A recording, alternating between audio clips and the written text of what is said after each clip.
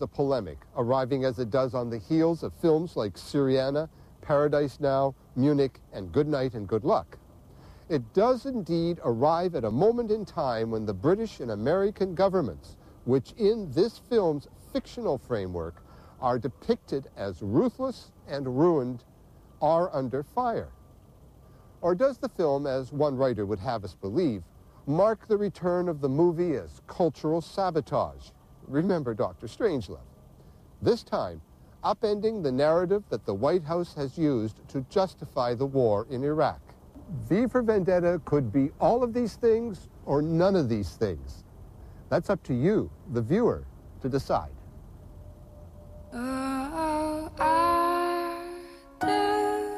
V for Vendetta is set around the year 2020. The world's in turmoil. News reports announce that the USA is torn amid civil war and chaos. England's ruled by fascists that control the media and suppress free speech. Homosexuals have been rounded up and shipped off to internment camps. Citizens are executed for owning copies of the Quran. 100,000 souls have been lost to biological attacks launched in the water supply. And a mysterious man named V wears a mask resembling traitorous British folk hero Guy Fawkes.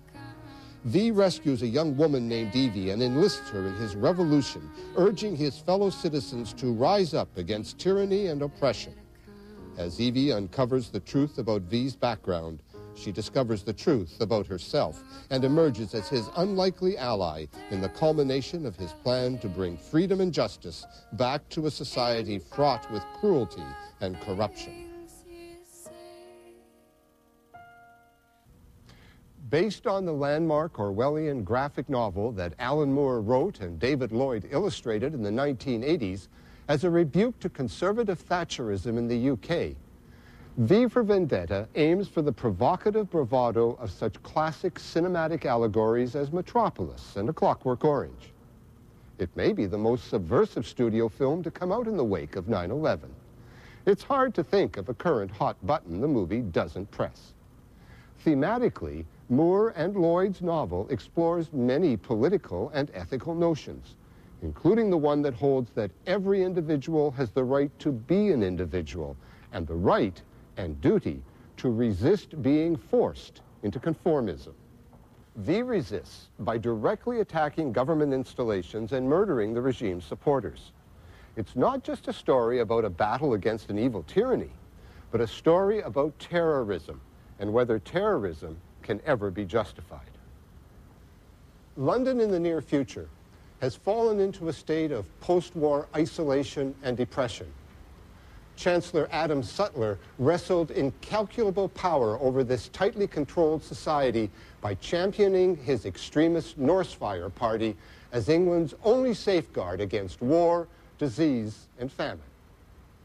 Yet Sutler's oppressive policies have stripped the culture of its humanity, its spirit, its vitality, and its hope. Food is rationed, but fear happens to be in great supply. Personal freedoms are an antiquated notion.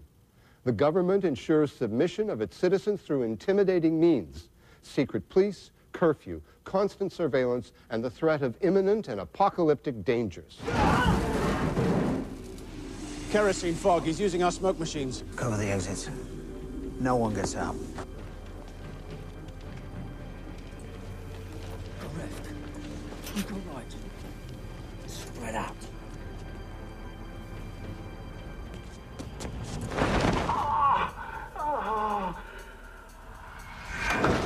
You put masks on all of us. Oh, Jesus. my leg. I'll shoot you! Hold fire! Freeze! Nobody move! You're wearing a mask, get down on your knees, now!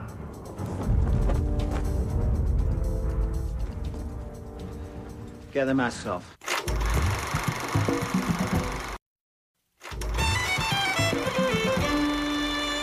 Censorship, propaganda, and subverting freedom of speech are the order of the day. Such are the hallmarks of a society that believes that a fascist government is the best way to run a country. Don't ask questions. Let the party get on with it. And above all, don't criticize our authority. V for Vendetta's operating premise derives from the story of Guy Fawkes, the 17th century Catholic revolutionary, an historical name for a terrorist, who on November the 5th, 1605, contrived to blow up the Houses of Parliament and bring about the downfall of James I and the Protestant establishment. Fawkes's attempt failed, and he was hanged and entered British history as rebel hero. Each year across England and Ireland on November the 5th, bonfires blaze and fireworks light the sky in celebration of the foiling of Fawkes's plot. British school children recite the rhyme which begins, "Remember, remember the 5th of November, the gunpowder treason and plot. I know of no reason why gunpowder treason should ever be forgot." Fawkes masks are sold throughout the country, and effigies of the conspirator are burned. The night is meant to commemorate the strength of both the Parliament and Protestantism, but the reality is that November the 5th celebrates Fawkes's bravado and cheekiness for going up against the establishment against impossible odds. V for Vendetta marks James McTeague's debut as a feature film director, following work as a commercial director, as well as assistant director on such films as The Matrix Trilogy, Star Wars Episode II, and Moulin Rouge. McTeague describes V for Vendetta as a political thriller first and foremost, with a very dark and multifaceted character at its center, who on one hand believes he can bring about great social change, but who on the other hand has a murderous vendetta towards anyone who's done him wrong. It's important that movies raise questions. They don't have to answer them, but they should raise them. If you had to be nailed down to what the most important question this movie raises is, what would it be?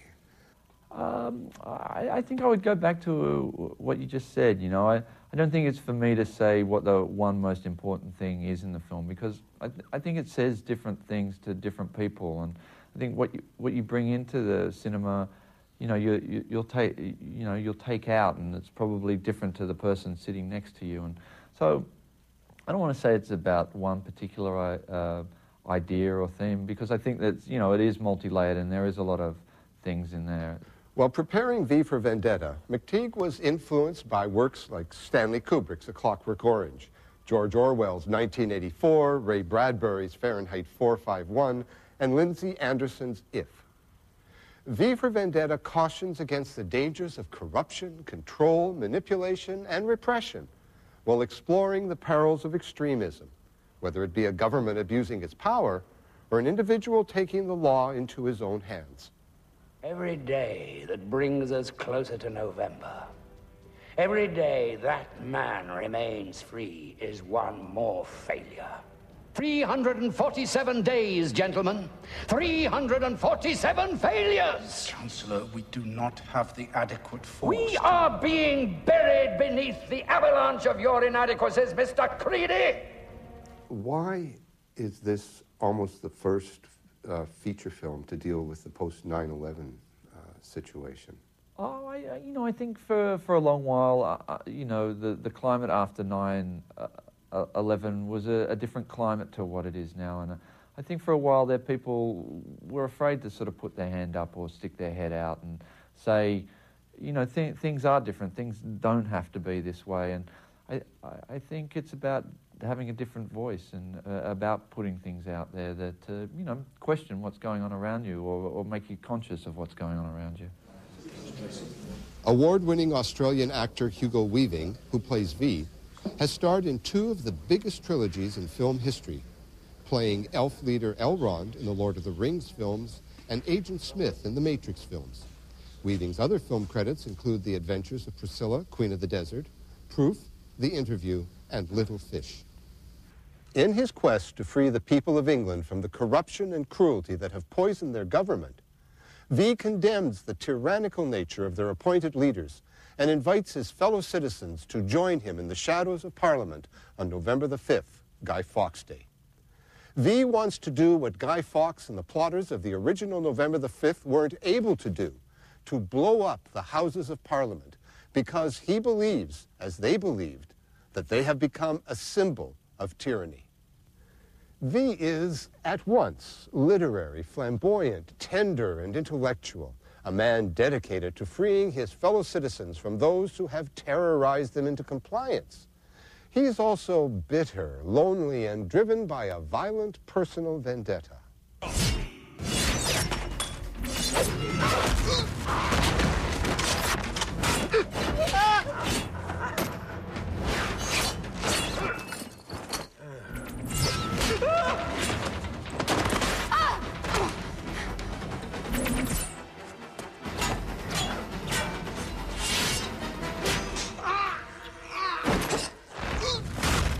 I need you to help me unpack V. He's an ambiguous and a complex character. Yeah.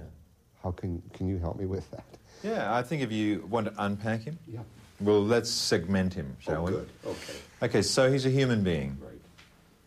He's also a masked man, and there's a certain history of masked men in films, and there are certain characteristics they have in common. And he's also an idea. And the idea is the most important thing about V. The idea that V embodies or represents really is that governments should be responsive to the people that they represent. And this is the thing he's trying to bring about. He's trying to bring about change within a particular country. Because the people living in that country are totally oppressed. The man is the darker side of the character. The lighter side is the idea. Well, the lighter side is the masked man, the man of panache, the theatrical man.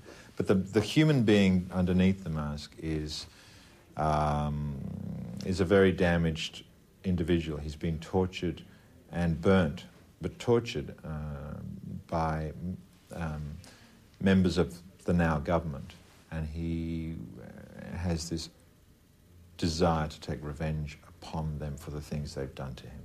V is a very complex and ambiguous man. He's been imprisoned and tortured, mentally and physically abused as a victim of genetic experimentation. And that has created this vengeful angel who's both assassin and savior, a very educated and cultured man who believes strongly in individual freedom. V's use of the Guy Fawkes mask and persona functions as both practical and symbolic elements of the story. V is never seen without his mask. Though aided by lighting and cinematography, the actor needed to convey a great deal of emotion solely through his voice and body language, as no part of his eyes, mouth, or face are visible behind V's facade. He wears the mask to hide his physical scars, and in obscuring his identity, V becomes more than just a man with a revolutionary idea. He becomes the idea itself. This underscores V's belief that a person can be defeated, but ideas endure and retain their power forever. Well, he's born through fire as Evie is born in rain, in a way. In rain, yes. There's a baptism of fire and water. I mean, Evie's birth comes through torture, really, as well as his. But it's the birth itself happens in rain. V's mask also provides contrast to the metaphorical masks worn by his fellow citizens, who have surrendered their individual identities and beliefs in order to assimilate and avoid persecution by the government. Natalie Portman, who plays Evie, is well known for her role in Star Wars Episodes 1, 2, and 3. Her feature film debut was in The Professionals. Her other films include Mars Attacks, The Garden State, Heat, and Where the Heart Is. Portman won a Golden Globe Award for Best Supporting Actress, as well as an Academy Award nomination in the same category for her role in Mike Nichols' big screen adaptation of the Broadway hit Closer. Evie's orphaned at a young age after her parents are killed for daring to speak out against the repressive regime gaining a stranglehold on their country. Thrust into activism after the politically motivated death of their son, Evie's parents choose their political ideals over their daughter, a quality of selflessness that can be found in V.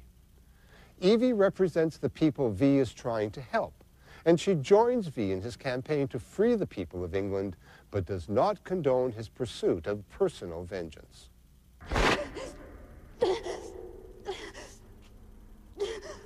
Do you know why you're here, Evie Hammond?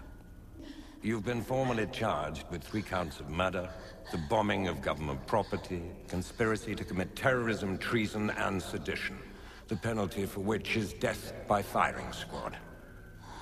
You have one chance, and only one chance, to save your life. You must tell us the identity, or whereabouts, of Codename V. All you have to do is cooperate.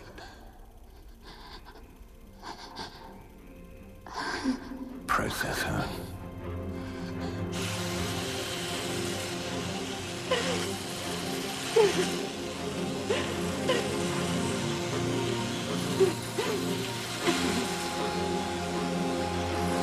The transformation of Evie's character into a political person, is that a choice she makes, or is that forced on her? Well, that's one of the things I think is interesting. It's open to your interpretation, and it could be both, too. You know, the process that she goes through, I don't want to, like, spoil it for an audience, but because it's this sort of not direct path of her just choosing this decision, you don't know, and it's up for an audience to sort of figure it out. In the face of torture and solitary confinement, Evie's political consciousness becomes fully realized. It's through her imprisonment that she learns to face her fear, and overcoming that fear is important for her own integrity. It may be that her fearlessness is her ultimate power and release. What is her final motivation for actually pulling the lever at the... Well, I also, like, I don't, like, want to say this is what it is. Like, I like when movies respect audiences enough to, you know, decide for themselves. You know, it's not like an abstract movie where you won't understand the plot or something like that. Like, but it does leave enough things open that it's not just, like, telling you what to think. It's asking you to ask questions. And so she makes the decision, but I think because of that process, you're not sure what got her, what made her reach that point. And it's not a clear good guy, bad guy type thing. I'm instructed to inform you that you have been convicted by special tribunal, and that unless you are ready to offer your cooperation, you are to be executed. Do you understand what I'm telling you? Yes. Are you ready to cooperate? No. Very well. Escort Miss Hammond back to her cell. Arrange a detail of 6 men and take her out behind the chemical shed and shoot her.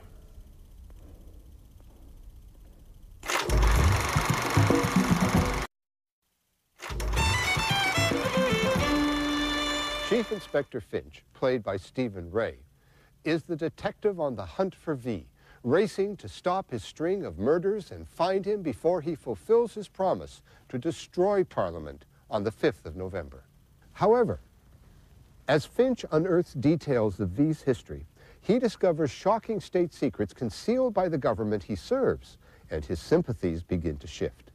He starts to question that which he has blindly accepted for far too long. In many ways, he represents the ordinary citizen. Finch guides the audience through the story as he begins to uncover evidence that suggests that the British government may have something criminal to hide. For Ray, the movie is about what happens when government pushes people too far. It's a warning, a pretty ancient warning, about the function of government and its responsibility towards its citizens. People should not be afraid of their governments. Governments should be afraid of their people.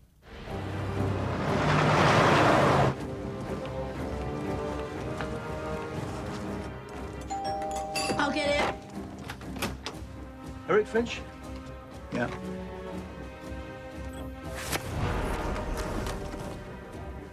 Bloody hell. How many went out? So far, we count 8 boxcars, several 100,000 at least. Christ.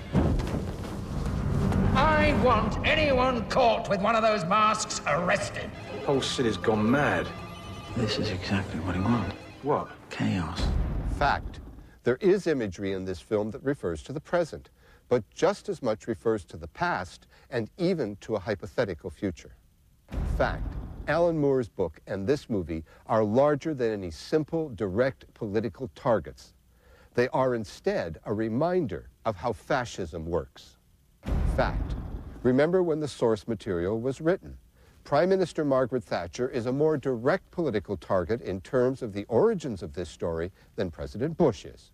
And there are many other real-world parallels that find their way into the film that have nothing to do with any current administration anywhere. Political filmmaking is about putting something out there that some people are not going to like. V for Vendetta questions ideologies. It questions government. It raises a number of philosophical questions.